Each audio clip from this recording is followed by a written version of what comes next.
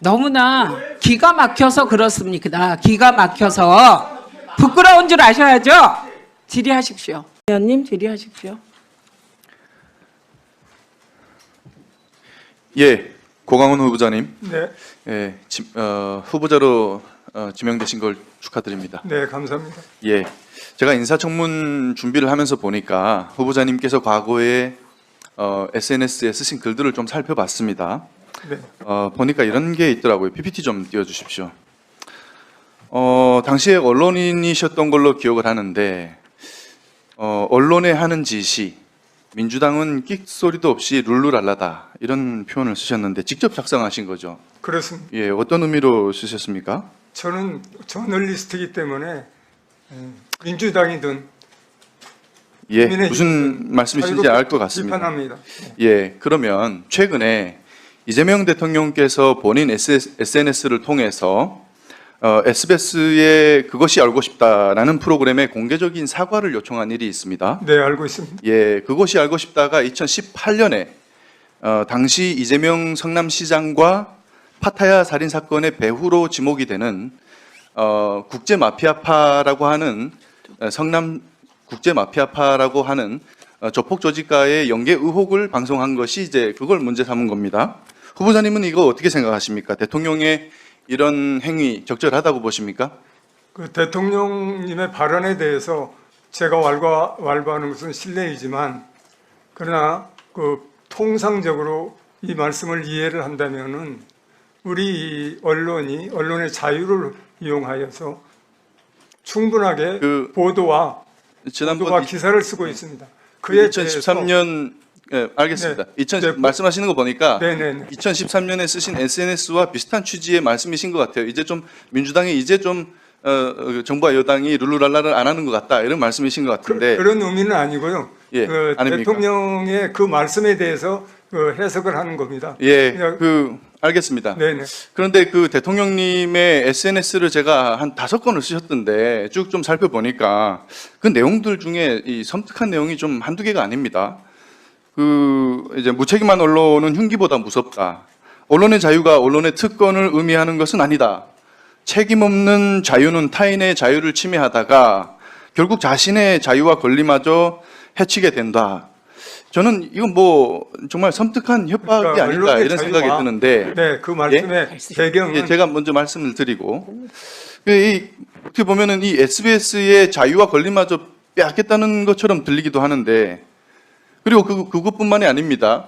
그것이 알고 싶다라고 하는 프로그램의 진행자의 실명을 거론하고 그리고 그 제작한 PD까지 특정하면서까지 협박을 했어요. 만약 제가 당사자라고 하면 상당히 섬뜩해서 밤에 잠이 잘 안 왔을 것 같습니다.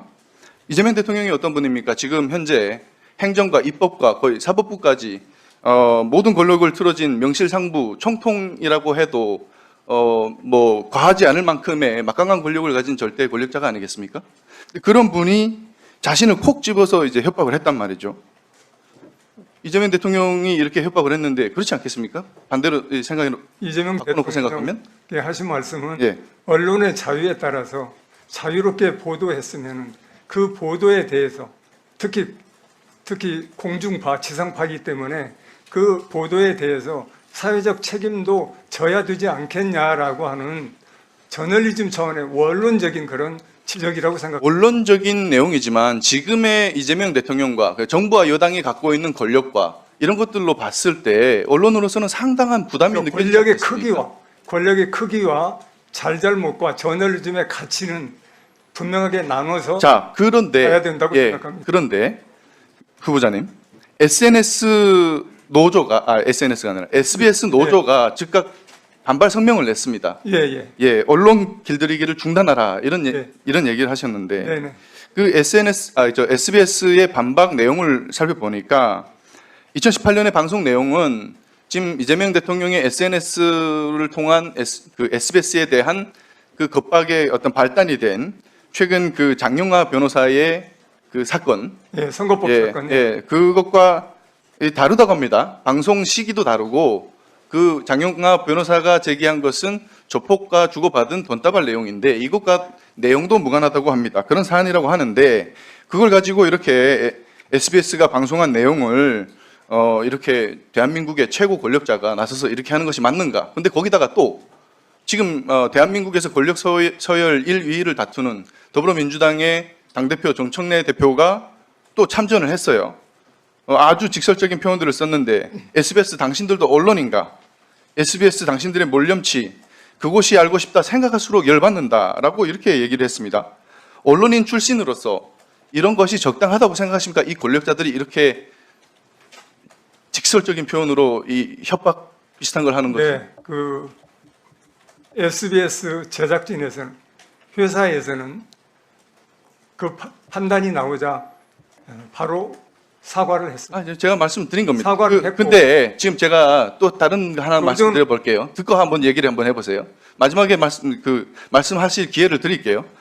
형평성 문제도 있습니다. 과거에 MBC가 후쿠시마 그리고 광우병 이런 사안들에 대해서 MBC PD수첩이라든가 이런 것들을 통해 갖고 대대적으로 왜곡 보도를 했는데 그때 당시에 더불어민주당은 이걸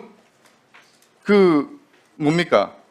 이런 왜곡 보도를 가지고 오히려 전 국민을 상대로 공포 마케팅을 했습니다. 근데 똑같은 기준이라고 하게 되면은 MBC도 비판을 받고 곧바로 받아야 되는 거 아니냐 이런 생각이거든요. 그런데 이번에는 이재명 대통령의 SNS를 통한 이 겁박에 더불어민주당이 참전했어요, 당대표가. 그럼 이 다음 스텝은 뭐겠는가라고 생각을 해봤을 때 제가 지금까지 더불어민주당이 해온 그 어떤 과정들을 보면은 이제는 약간 방미심의 이런 걸 통해 가지고 SBS의 법적 제재를 가하려고 하거나 혹은 방송 3법대처럼 법을 바꿔서 지배구조를 바꾸려 들려고 하지 않을까 뭐 이런 생각까지 이런 우려까지 드는데 어떻게 생각하십니까? 과거에 또 이 SBS 그것이 알고 싶다 방송 내용에 대해서 2020년에 방심위가 이걸 방송 전반에 대해서 제재를 가할 수준이 아니다. 공익적 가치가 높이 평가된다. 이렇게 얘기를 했어요. 근데 당시 그 강상현 방심위원장은 문재인 대통령이 임명한 사람입니다. 그럼 방심위가 이 사안에 대해서 사과를 해야 되는 거 아닙니까? 후보자가 임명이 되시면. 자, 바로 여기에 네, 여기에 의원님이 질문에 아주 핵심적인 우리가 귀담아 드려야 될 부분이 있습니다.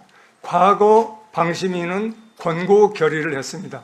그건 뭐냐면은 합의제 정신에 충실하고 논의를 절차에 따라서 잘 했기 때문에 공직자에 대한 기사라고 하더라도 그것이 과도하게 오류가 있다고 하더라도 검증 차원에서 이건 우리 심의에서 적절하게 이렇게 짚고 넘어갈 수 있다 이렇게 본 겁니다. 그러니까 저도 앞으로 심의위원회를 이끌어 가려면은 바로 그러한 방식으로 합의제 정신에 충실하고 9명의 위원들이 모두 참여해서 시간을 갖고 수기를 하고 대화 토론을 해서 결론을 만들어 가면은 지금 이 이전에 불행했던 우리 전기에서 불행했던 그런 일들은 그래서 결국에 국민의 신뢰를 잃는 그런 일들은 막거나 아주 축소된다고 생각합니다. 네, 네 그렇게 이끌어 가겠습니다. 정권의 입맛에 맞는 도구가 되는 것이 아니라 제대로 공표를 통해서 올바른 방송 심의를 해주시기를 부탁드리겠습니다. 네, 알겠습니다. 네. 아이고. 네, 의원님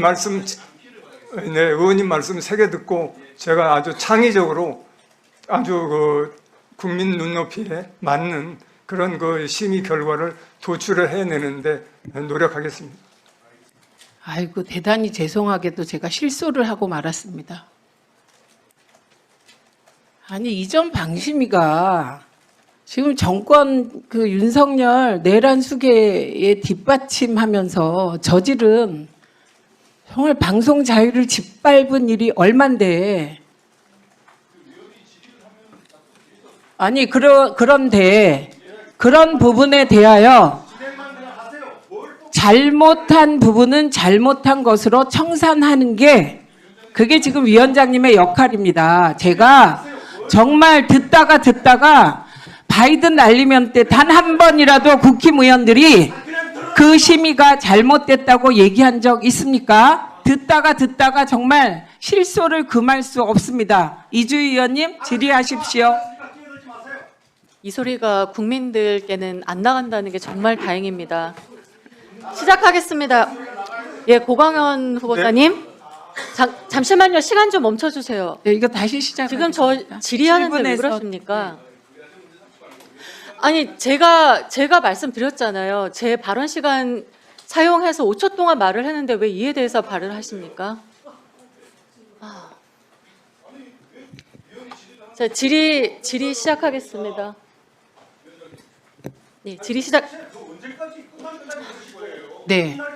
너무나 기가 막혀서 그렇습니다. 기가 막혀서 부끄러운 줄 아셔야죠. 질의하십시오.